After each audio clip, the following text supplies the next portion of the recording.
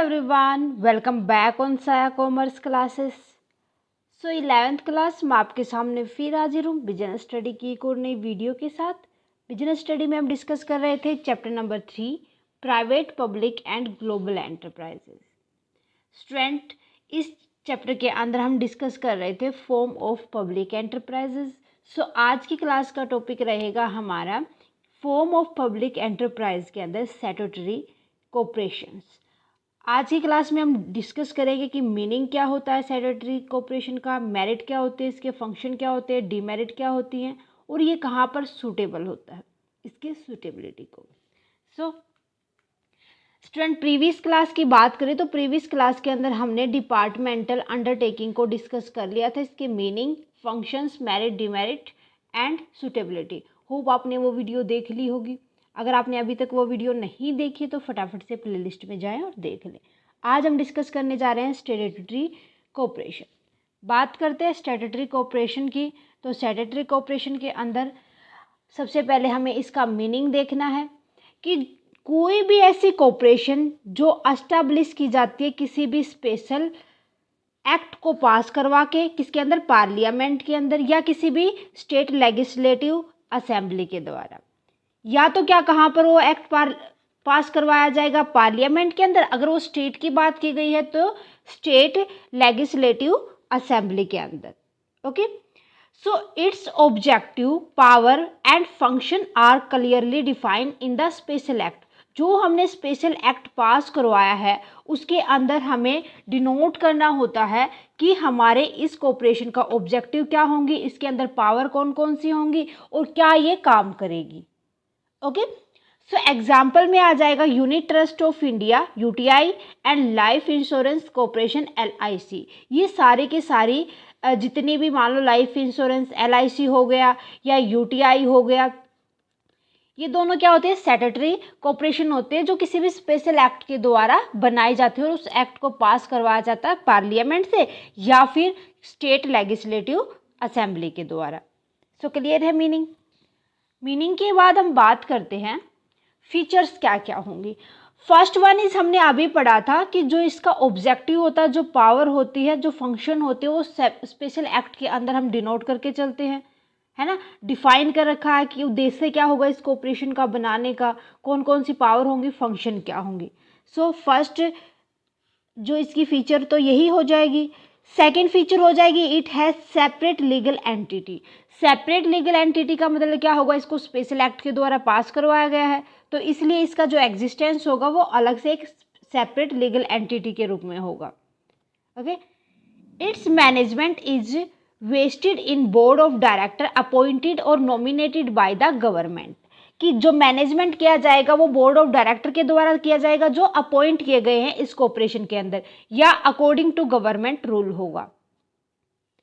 It has its own staff, इसका खुद का स्टाफ होता है। रिक्रूटमेंट ये खुद करके चलती है। Appointment as per the provision of act, जो उस एक्ट के प्रोविजन है उनके अकॉर्डिंग ही उनका स्टाफ सिलेक्ट किया जाता है, रिक्रूटमेंट की जाती है, उनको अपॉइंट किया जाता है। मीन्स उनके जो इंटरव्यू प्रोसेस होते हैं, उनको सिलेक्शन जो प्रोसेस होती है according to provision of act की जाती है। This type of enterprise is usually independently finance. Means क्या होगा, जितनी भी स्टैट्यूटरी कॉर्पोरेशंस होती हैं वो सारी की सारी अपना पैसा खुद ही अरेंज करती हैं। It obtains fund from the borrowing from government और from public and through earning. वो अपने फंड कहाँ से लेंगी, या तो गवर्नमेंट से उधार लेंगी, उनको नीड होगी जब पैसे की, या वो क्या करेंगी, पब्लिकली, या फिर क्या हो सकता है कि जितनी उसके पास अर्निंग है वहीं से वो अपने फंड को ऑब्टेन करके चले। It is not subject to same accounting audit rule were are applicable to the government department. कि जरूरी नहीं कि यहाँ पर जिस तरीके से गवर्नमेंट डिपार्टमेंट के अंदर ऑडिट करवाया जाता है या जो अकाउंटेबिलिटी होती है उनकी वही होगी। ठीक है, यहाँ पर डिफरेंट भी हो सकती है, अपने इंडिविजुअली रूप में भी करवा सकते हैं। Okay, so these are feature of statutory corporation. Now come to at merits. Merits की अगर बात की जाए स्टूडेंट्स, तो मेरिट में फर्स्ट मेरिट आते हैं इसकी इंटरनल ऑटोनॉमी। मीन्स क्या होता है कि यहाँ पर it enjoy a good deal of autonomy in its day to day operation and it's free from the political interference.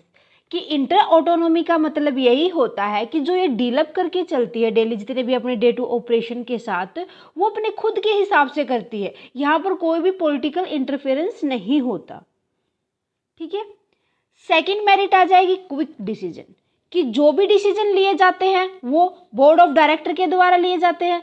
जो बोर्ड ऑफ डायरेक्टर या जो गवर्नमेंट के द्वारा नॉमिनेटेड डायरेक्टर है जितने भी, वो क्या करते हैं कि डिसीजन अपने अकॉर्डिंग लेते हैं। उनको किसी भी इंटरफेरेंस, गवर्नमेंट के इंटरफेरेंस की जरूरत नहीं होती, ना ही वो इसके अंदर आते हैं गवर्नमेंट रूल्स के अंदर। तो जो डिसीजन लेते हैं वो बहुत ही जल्दी ले लेते हैं, क्विकली डिसीजन लेते हैं यहाँ पर। It can take prompt decisions and quick action as it is free, free from, ये है free from the prohibitory rules of government, कि जितने भी गवर्नमेंट के रूल हैं वो इनके ऊपर से हटाए जाते हैं, फ्री होते हैं। Third one is parliamentary control, their performance is subject to discussion in parliament, कि जो इनकी परफॉर्मेंस होती है, जो भी ये यहाँ पर रूल वगैरह या मान लो कोई भी डिसीजन वगैरह लेते हैं तो ये डिस्कशन किया जाता है पार्लियामेंट के अंदर। Which ensure proper use of public money, ये पहले ही जब पार्लियामेंट के अंदर अपने एक्ट को पास करवाने जाते हैं तो ये पहले ही डिस्कस करते हैं कि अगर हमें पब्लिक मनी का यूज़ करना है तो हम किस तरीके से, वो एंश्योर होके चलते हैं कि वो प्रॉपरली किस तरीके से वहाँ पर पब्लिक मनी का यूज़ करेंगे। ओके। देन उसके बाद आता है एफिशिएंट मैनेजमेंट, मीन्स जो मैनेजमेंट होता है वो control of board of director होता है। सो जो वो मैनेजमेंट करके चलते हैं वो बड़े ही एफिशिएंटली, या मान सकते हैं कि वो प्रोफेशनली, वो एक्सपर्ट होते हैं उन चीज़ों में, तभी वो वहाँ के मैनेजमेंट को कंट्रोल कर पाते हैं। ठीक है। सो मैनेजमेंट किन के हाथों में होता है यहाँ पर, देयर डायरेक्टर या top executive are professional and expert of different field, क्योंकि वो हर फील्ड के अंदर उसके अंदर एक्सपर्ट होते हैं, इसीलिए वो प्रॉपर तरीके से मैनेज करके चलते हैं। क्लियर है। सो अब हम बात करते हैं डीमेरिट की। हाँ, मैंने बार बार मैं यही जिक्र करती हूँ आपके सामने कि जहाँ फायदे होंगे वहाँ कुछ ना कुछ कमियां तो देखने को मिलेंगी ही। फर्स्ट डीमेरिट हो जाएगी, in reality there is no much operational flexibility, कि अगर हम रियलिटी में सोचें, जब हम उनको अप्लाई करके चलते हैं तो आप उनको देखने को मिलेगा कि वहाँ पर फ्लेक्सिबिलिटी तो है ही नहीं। तो लैक ऑफ फ्लेक्सिबिलिटी भी इसकी एक डिमेरिट हो जाएगी। It suffer from lot of political interference, भाई कहने की बात है कि यहाँ पर जो मेरिट में हमने पढ़ा था यहाँ पर पॉलिटिकल इंटरफेरेंस नहीं होता, बट जब हम ऑपरेशन करने जाते हैं, ऑपरेट करते हैं एक्टिविटीज़ को, तो बहुत ही ज़्यादा यहाँ पर पॉलिटिकल इंटरफेरेंस देखने को मिलता है। Usually they enjoy monopoly in their field, देखो किसको इंजॉय करते हैं, मोनोपोली को। मीन्स क्या होता है कि यहाँ पर ये खुद को ही कि मानते हैं कि हम बेचने वाले एक है, खरीदने वाले कम हैं, तो इस वजह से do not have profit motive due to their working turn out to be inefficient. जो ये मोनोपोली समझते हैं ना आपको, अपने आप को, तो उस वजह से क्या होता है, इनको जितना प्रॉफिट की नीड होती है उतना प्रॉफिट ये ले नहीं पाते। सो जो इनका टर्निंग होता है, इनका जो काम करते हैं वो इनएफिशिएंटली करते हैं। ओके। सो नेक्स्ट आ जाएगी इसके अंदर, where there is dealing with public rampant corporation corruption exist, जब ये पब्लिक के साथ डील करते हैं ना तो आप देखोगे कि यहाँ पर बहुत ही ज़्यादा करप्शन देखने को मिलेगा, क्योंकि ये मोनोपोली अपने आप को समझते हैं, तो ये अपने तरीके से क्या मानते हैं कि हम बेचने वाले तो हम ही हैं, यहाँ के ओनर हम ही हैं, तो अपने हिसाब से हम डील कर सकते हैं पब्लिक के साथ। सो दस public operation is suitable for undertaking requiring monopoly power. Example क्या आ जाएगा इसके अंदर, पब्लिक यूटिलिटीज़, कि जो पब्लिक ऑपरेशन है वो सूटेबल होगी कहाँ पर अंडरटेकिंग करने में, मोनोपोली पावर्स को। बट जो ये पब्लिक यूटिलिटी होती है वो यहाँ पर ये इग्नोर करके चलते हैं।